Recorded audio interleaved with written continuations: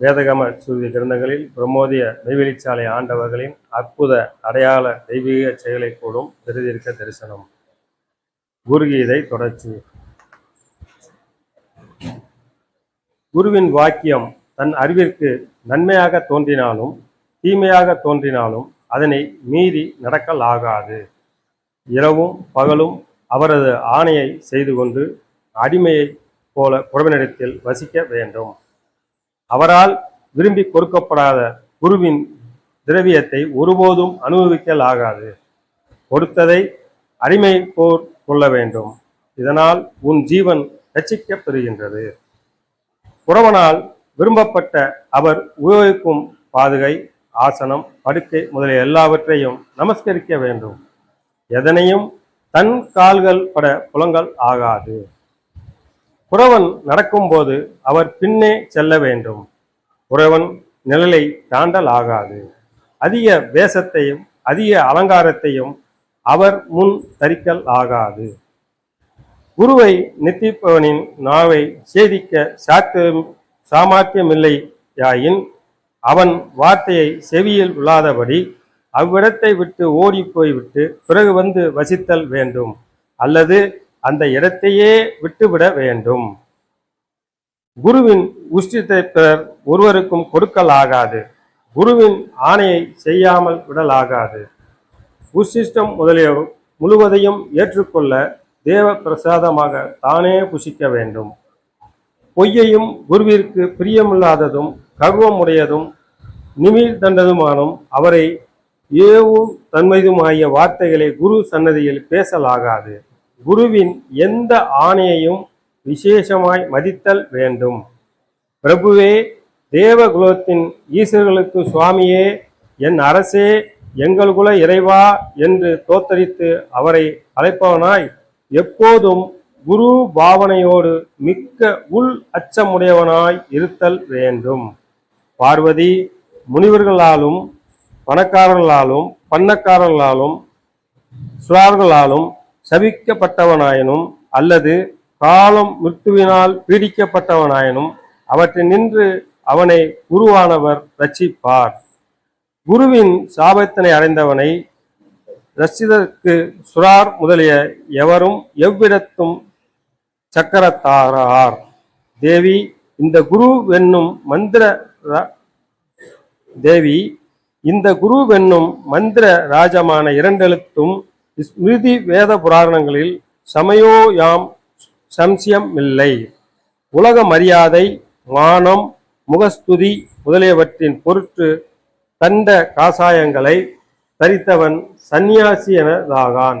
யான தற்பரனே சந்நியாசி ஆவார். குறவன் பாத சேவையினால் மகா வாக்கியத்தையும் அறிகின்ற எவரோ அவர்களே சந்நியாசிகள் என பெறுவார்கள். மற்றையோர் வேஷதாரிகள் ஆவர். ஓர் விளக்கு மற்றொரு விளக்கை தூண்டி ஏற்றி வைக்க ஏதுவாய் இருப்பது போல குருவானவர் பிரம்மத்தன்மையில் தான் விளங்குவதோடு நித்தியமும் நிகாரமும் நிற்குணமுமான பரபிரம்மத்தையும் அறியும் அறிவை சீடன் உள்ளத்தில் தூண்டி ஏற்றி போதிக்கும் வல்லபமுடையவராய் இருக்க வேண்டும். குருவின் கிருபையால் தனது ஆத்மவிடத்து ஆத்ம மகானாகிய தன் பதியை தரிசித்தலால் ஜீவ சம்பத்து முக்தி மார்க்கம் கைவரப்பெற்று ஆத்ம ஞானம் பிரவர்த்திக்கின்றது. பிரம்மா முதல் ஸ்தபம் பரித்தியமான ஸ்தாவர ஜங்கமும் பரமாத்ம சொர்பமாம்.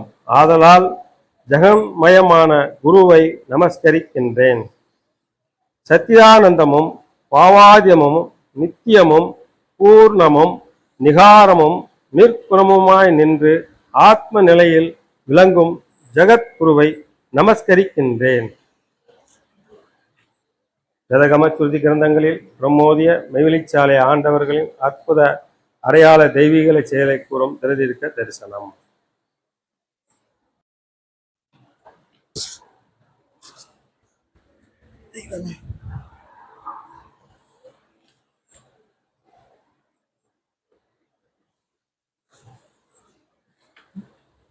சபையோர் அனைவருக்கும் நமஸ்காரம். இந்த ஆடி மாத வேதம் ஓதும் பாடசாலை கிளச்சபைக்கு வருகை புரிந்துள்ள அனைவருக்கும் மீண்டும் ஒரு நமஸ்காரம். பரமனே உருவெடுத்து பாரிடை குருவாய் வந்த துறவள கரசே காமி தொன்மறை புகழும் தேவே அருநடை பாதம் நோவ அடிமைக்காயிறங்கி வந்த மறைமணி ஞான வாழ்வே மார்கநாதா போற்றி. இறைவன் தந்த அமானித சீதன கடன். அமானிதம் என்ற வார்த்தை இந்த உலகத்தில் புழங்காத ஒரு வார்த்தை. அதை நம் தெய்வம் அவர்களின் வேதங்களில் இருந்தும் திருவாய்மொழி கொண்டுமே அறிந்து கொண்டோம். அமானிதம் மனிதனுக்கு சீதனமாகவும் கடனாகவும் இறைவனால் கொடுக்கப்பட்டது என்று தெய்வம் அருளியுள்ளார்கள். இவைகள் எல்லாம் படைத்த இறைவன் வந்து வெளியாக்காவிடில் நமக்கு தெரியுமா? தன் ஐயனிடம் தான் பெற்ற பெற்றை குறிப்பிடும் போது திங்களூர்தனில் அங்கன் தணிகையர் சீதனம் எங்கே என்றோதிட அந்த சேதி புதியதென்றாவிட என்றும் அடுத்தடுத்தே உபதேசம் பின்னடுத்தடுத்ததே சாட்சி வேதம் என்றும் தான் பெற்ற பெற்றை சுருக்கமாக சேவடி சேகரத்திலும் விரிவாக மான்மியத்திலும் தெளிவுபடுத்தி இருக்கிறார்கள். நம் தெய்வம் அவர்கள் தங்கள் பிராணை சந்தித்து தாம் அனுஷ்டித்து வந்த அடயோகத்தை குறித்து தெரிவித்தவுடன் பாட்டையர் அவர்கள் தெய்வம் அவர்கள் விளங்கி உணரும்படியாக தக்கபடி எடுத்து காட்டிய பின் கேட்ட வினா, உன்னுடைய ஜீவதேகமாக நீ இருந்த ரோஸ்மீதாக்குடைய காலத்தில் அங்கே நீ வாங்கி வந்த அமானிதம் என்ன பெற்ற சீதனம் உன்னுள் அது எங்கே? அன்றியும் நீ சீதனக்கடன் வாங்கிய திருஸ்தலம் என்றும் அந்த நாடுதான் எங்கே என்று கேள்வியாக கேட்டார்கள்.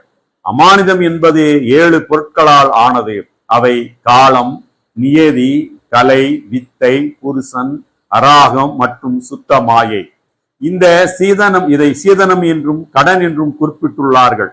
சீதனம் என்பது ஒரு பெண் மனமுடிந்ததும் புகுந்த வீட்டில் வாழ அவசியமாக பெற்றோர் இலவசமாக கொடுத்து அனுப்புவது.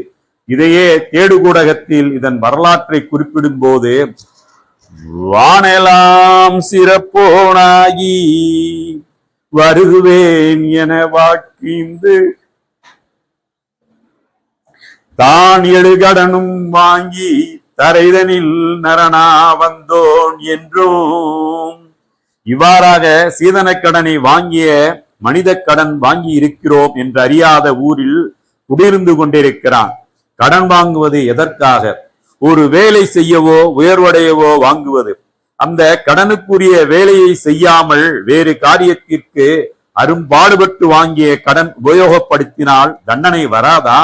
கட்டாயம் வரும். இதையே தெய்வம் அவர்கள் மாதவத்தின் மதியமுதம் கரூர் நாட்டில் மன்னவனாம் கரூர்நாதன் முன்னே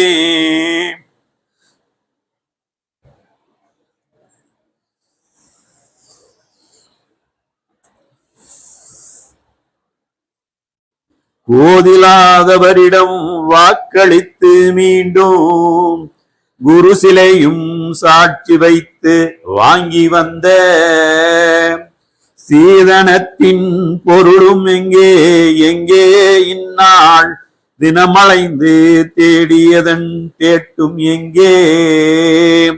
பூரண புதையல் என்று கேள்வியாக கேட்கிறார்கள். மேலும் இவ்வாறாக வாங்கி வந்த கடனை தனி சீதனத்தை இவனுக்கு அறிவிப்பான் வேண்டி மான்மியத்தில் மலை, கடல், யானை முதல் எறும்புகடை 84,100,000 ஜீவராசிகளும் ஏற்றுக்கொள்ள எங்களால் முடியாதென்று கைவிடப் பெற்ற தத்துவாதீக கைமுதலாகிய சீதனம் என்னும் அமானிதத்தை மனிதனானவன் நான் தான் இதற்கு முழு யோக்கியதையும் சக்தியும் உடையவன் என்று வாக்கு தந்து கையேந்தி வாங்கி கடமை பூண்டு விட்டதானது இப்போது நிரூபணையில் விளங்கிக் கொண்டிருக்கும் இவனது தூளதேகம் எடுப்பதற்கு முன்காலமாகியும் இப்போது நமது போக்குவரத்து நாடாகவும் இருந்து விளங்கிக் கொண்டிருக்கிற சிவபுர திருவள நாட்டில் ஜீவதேயமாக நெடுங்காலம் இருந்த அந்த ரோஸ் மீதாக்குடைய நாளில் இவை நடந்ததென அறிய கிடக்கிறது என்று நாம் வாங்கி வந்த தனி சீதனத்தின் பெருமையை அறிவுறுத்துகிறார்கள்.